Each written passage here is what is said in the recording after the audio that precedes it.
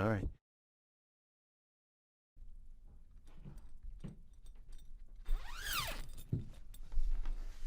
What is happening, Booth Junkies?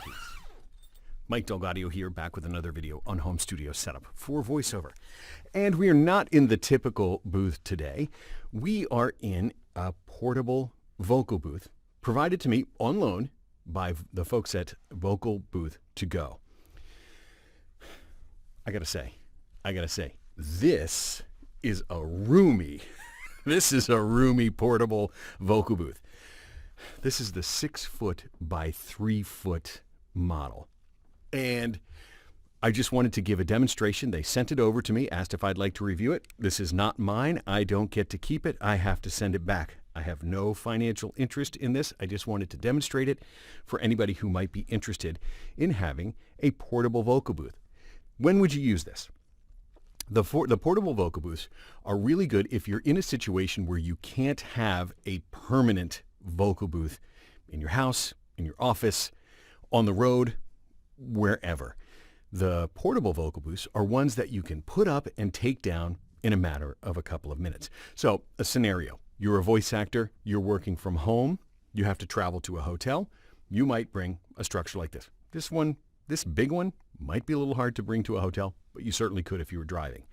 If you're doing e-learning modules and you're normally working out of an office, if your office doesn't have a vocal booth, but typically, if your office is any like the ones I've been into, the offices themselves, they're not so acoustically great. Lots of reverb.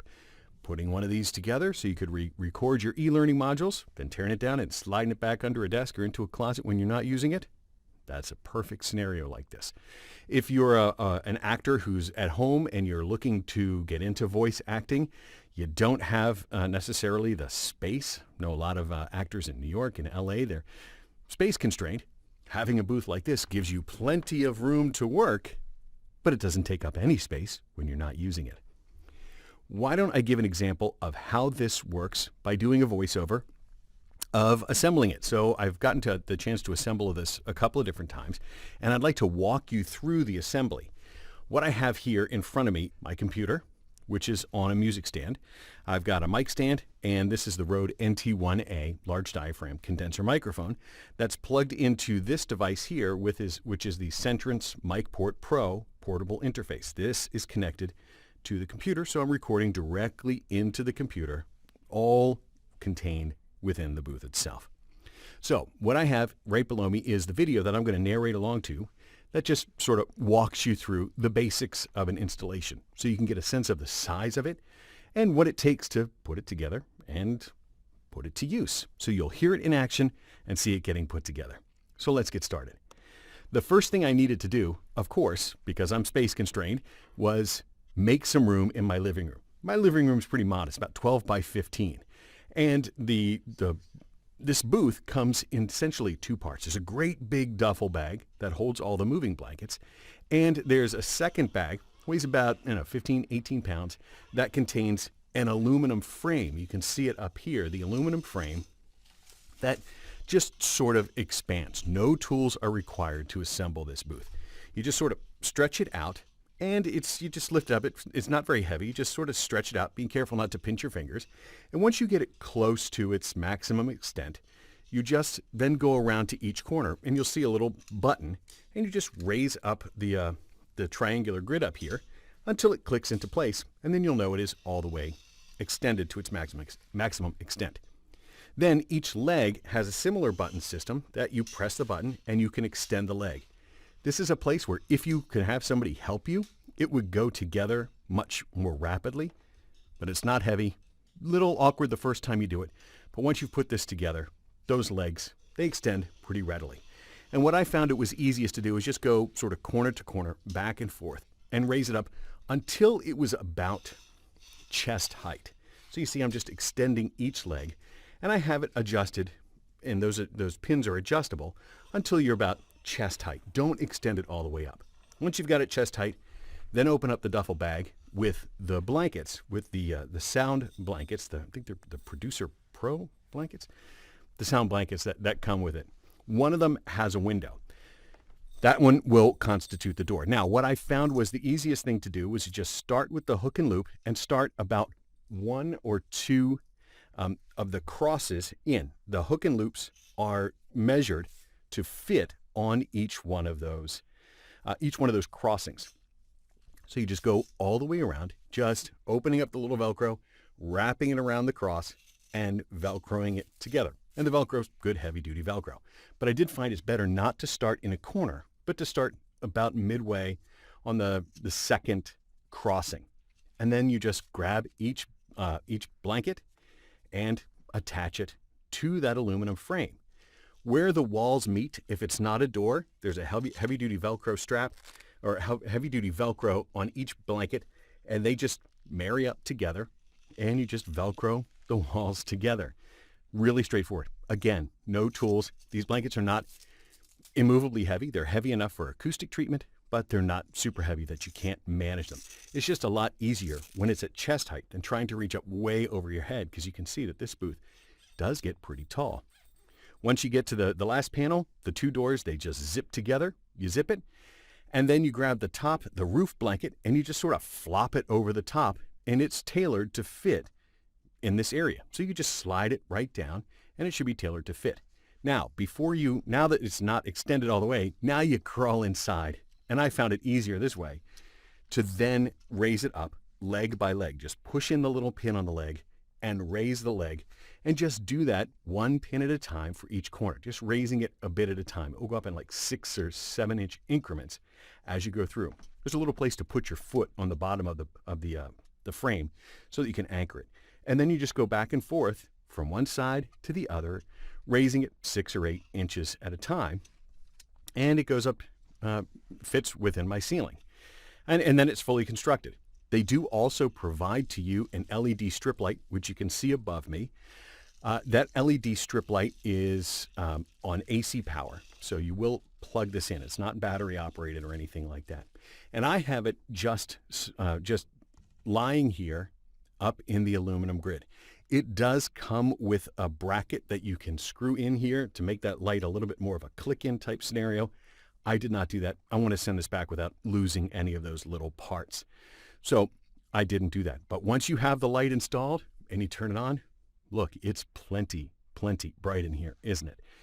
Plenty of room to work. I think, if I'm not mistaken, and I haven't spoken with the people at Vocal Booth to go, just going by the website, this just showed up one day. This, I think, will run you $1,000, $1,100. This is a 6 foot by 3 foot model. When I looked on the website, this model seems to run about $1,000.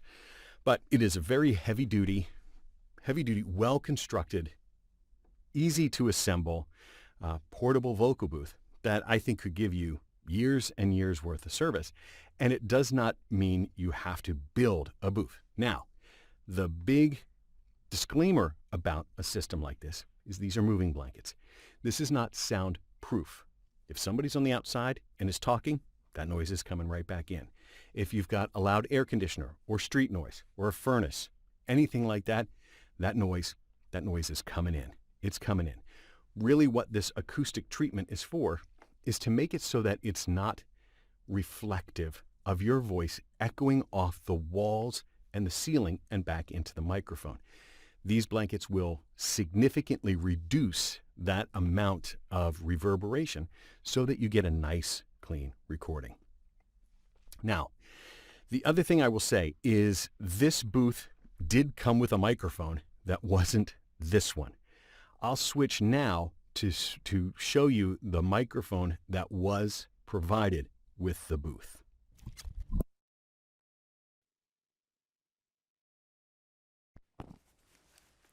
Okay, this is the microphone that comes with the Vocal Booth to go. At least it came in the package that I got. This mic was provided. It's certainly an unobtrusive microphone. So if you've got copy on a copy stand that you're reading from, or you're reading from a computer screen or something like that, a microphone such as this will get out of the way. I do find, though, that this provided microphone, it's probably not the highest quality. It's not the best microphone. It's certainly passable. So if this is the only microphone you have, go for it. This is going to work just fine. But I do find its sound is maybe a little thinner than some of the large diaphragm condenser microphones. Great starter mic. Will work for something like e-learning where it's going to end up on YouTube or going to be listened to through laptop or desktop speakers, where fidelity is not the most critical aspect of the microphone. Certainly passable. There's nothing wrong with it. It's just not as robust as I would expect. The microphone itself does have a couple of buttons and switches on it. It does have the bass roll-off switch, which is back here. So if you do have rumble from the outside world, you can flip the switch, turn it on. So I will switch it now. Let's see. Yeah, I felt it click. Not sure if that made any difference at all. This button does not have much throw to it.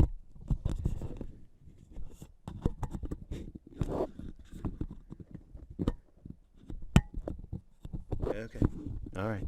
So that's with the bass roll-off switch. So what that does is, so if you do have, you're next to a busy road and there's trucks that rumble by, or you do have a furnace or something like that, and there's just a low energy rumble that exists in your world where you're recording, that bass roll-off switch is something that you can activate to take some of that rumble away. It will also help, oops, I bumped it. Oh, can also help take some of the bumps of the microphone. If you bump the stand, if you're moving on the floor, sometimes that rumble will end up getting into the microphone. That roll-off switch will be there. There's also, interestingly enough, another switch on the top, which is what they call a pad switch.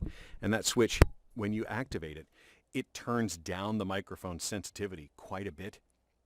Not sure why you would use that in this particular situation. It's just going to make things quieter. It's not a noise reduction technique. It's you may hear during that moment, everything gets quieter. The background noise gets quieter, but also your voice gets quieter. When you go to turn your voice back up, that background hiss that you hear, that's in the microphone. It's going to be there. Take a listen. That hiss is always going to be there.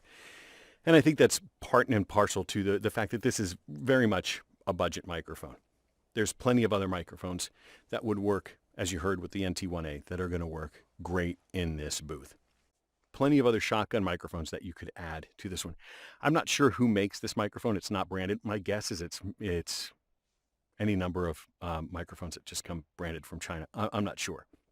I can't say. It sort of reminds me of a Samson microphone, but I can't say for sure. That's just a wild guess. I have no idea. So what else can I say about the booth? The construction of the blankets. These are heavy-duty blankets. The construction of the frame. It is a bit awkward that it comes in two parts. It's a fairly big set of blankets. This is going to take up the whole bottom half of a closet, like a typical coat closet or a bedroom closet.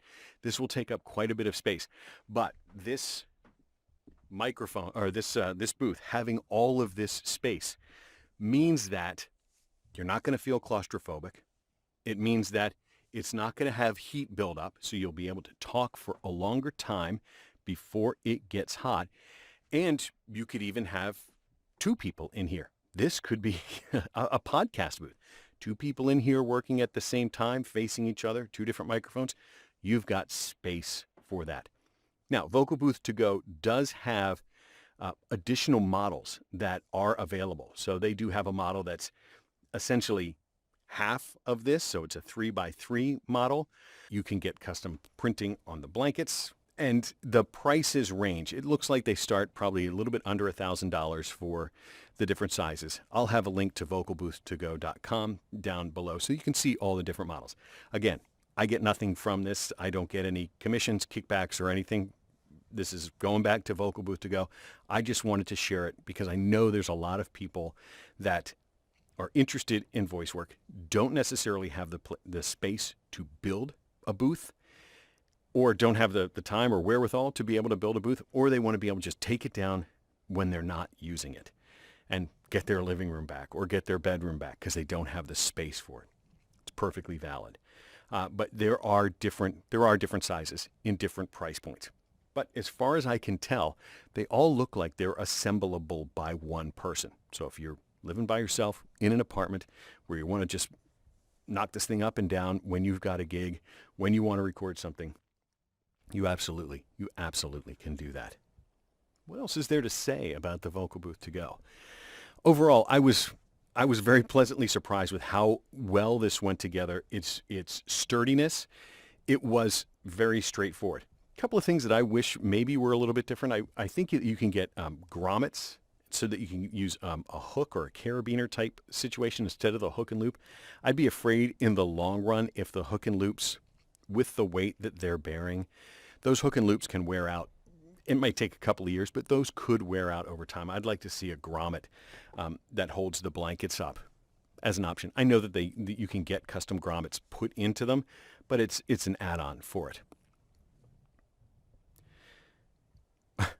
Overall, though, this has been really, really easy to set up, really straightforward, and I think the pricing is right in there for this type of situation where, yeah, could you build something like this out of PVC? Yeah, you probably could. It's not going to go together as easily. You're going to have to think through the design. You're going to have to put it together. I even think that Vocal Booth To Go has at one point published a PVC version of this so that you can use just their blankets. Maybe be able to save a little bit of money that way. You absolutely could DIY something like this if you wanted to. The beauty of something like Vocal Booth To Go is they've thought it out. They've got it all measured. They know it's going to work. They're going to stand behind their product, and you'll be able to just order it. Once it arrives, you're good to go. You're good to go. So that's what I have for you today. This is the Vocal Booth To Go mobile vocal booth. Really grateful to the folks over at Vocal Booth To Go for sending it to me, for loaning it to me. You guys will get it back shortly. It has been a joy and a pleasure to use. Really grateful for it. Thank you so much.